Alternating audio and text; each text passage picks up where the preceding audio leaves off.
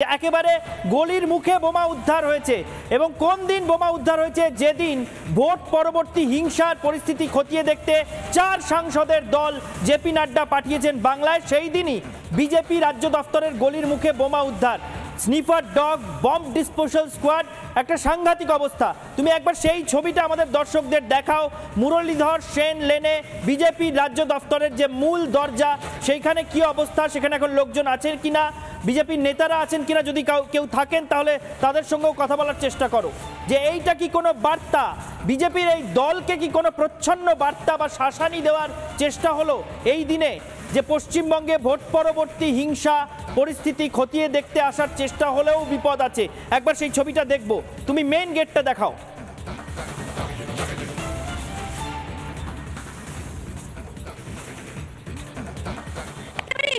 অবশ্যই চেষ্টা করবো ভিডিও জার্নালিস্ট যমুনাথকে বলবো, যমুনাথ এই মুহূর্তে দেখানোর চেষ্টা করি বিজেপির যে কার্যালয় সামনের প্রধান যে প্রবেশদ্বার, সেই প্রবেশদ্বারের ছবিটা একবার দেখানোর চেষ্টা করব। ঠিক এই জায়গায় স্নিফার ডগ দিয়ে গোটা জায়গাটি কিন্তু পরীক্ষা করানো হয়েছে এবং আমরা দেখতে পাচ্ছি পার্টি অফিসের ভেতরে এই মুহূর্তে কেউ নেই, দরজা বন্ধ রয়েছে।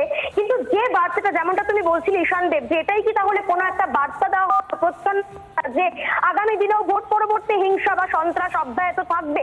এবং এই যে গলির মুখে তাজা বোমা উদ্ধার, এটা ঘিরে কার্যত হইচই পড়ে গিয়েছে, সাংঘাতিক একটা ভয়ের পরিবেশ তৈরি হয়েছে বলা যায়। কারণ বিজেপির কর্মী সমর্থকরা, তাদের সঙ্গে আমরা কথা বলছিলাম, তারা যেমনটা বলছিলেন যে এই পার্টি অফিসে তারা প্রত্যেকদিন প্রত্যেকটা সময় তারা যাতায়াত করেন, যে কোনো সময় তাদের প্রাণও কিন্তু একেবারে ঝুঁকির মুখে বলা যায়। তারা যাতায়াত করেন যে কোনো সময় তাদের প্রাণও কিন্তু একেবারে ঝুঁকির মুখে বলা যায়, কারণ তারা এই পার্টি অফিসে রোজ দিন আসেন, রোজ দিন তারা এখানে বসেন।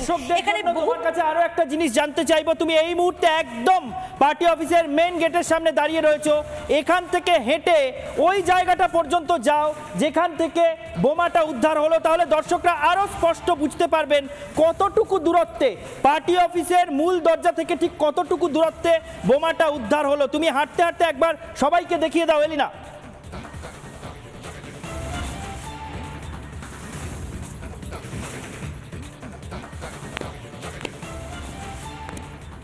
বিজেপির পার্টি অফিসের মূল প্রবেশ দরজা, সেই প্রবেশ দরজা থেকে আমি যদি সোজা হেঁটে যাই বাদিকে, একদম সেন্ট্রাল এভিনিউয়ে যেখানে বিজেপির একেবারে আমরা দেখতে পাচ্ছি যে বিজেপির কার্যালয়ে ঢোকার জন্য যে প্যান্ডেলটি করা রয়েছে গেরুয়া কাপড় দিয়ে, সেখান থেকে একদম উল্টো দিকে যে রেলিং গুলি করা, সেই রেলিং এর কাছ অব্দি আমি পৌঁছবো।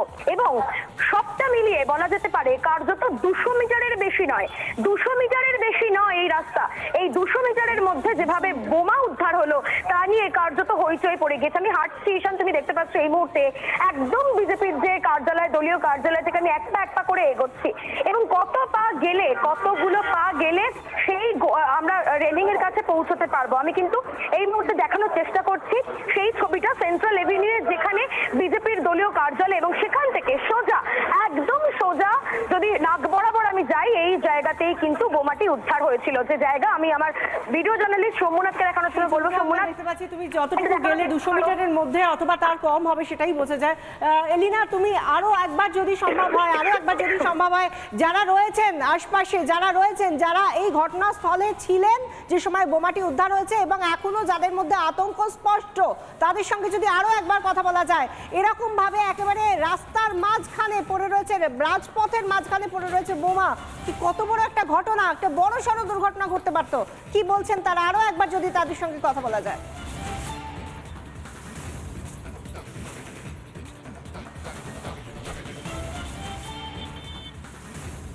একেবারে বিষয়টা আমি অবশ্যই চেষ্টা করব। এই মুহূর্তে যারা অনেকে দাঁড়িয়ে আছেন দেখতে পাচ্ছি, বিজেপির দলীয় যারা কর্মকর্তারা রয়েছেন, যারা বিজেপির দলীয় কর্মী সমর্থক যারা রয়েছেন, তারা দাঁড়িয়ে রয়েছেন, তাদের সঙ্গে অবশ্যই কথা বলার চেষ্টা করব। এলিনা, তোমাকে একটু থামাচ্ছি। এই মুহূর্তে রাজ্য বিজেপির সাধারণ সম্পাদক জগন্নাথ চট্টোপাধ্যায় আমাদের সঙ্গে রয়েছেন। জগন্নাথ বাবু, আজকে কেন্দ্রীয় প্রতিনিধি দল, বিজেপির সর্বভারতীয় সভাপতির পাঠানো প্রতিনিধি দল ভোট পরবর্তী হিংসা খতিয়ে দেখতে রাজ্যের মাটিতে পা দিল, আর ঠিক সেই সময় তারা যখন এসে পৌঁছবেন রাজ্য দফতরে, ঠিক তার আগে রাজ্য দফতরের গলির মুখে বোমা উদ্ধার।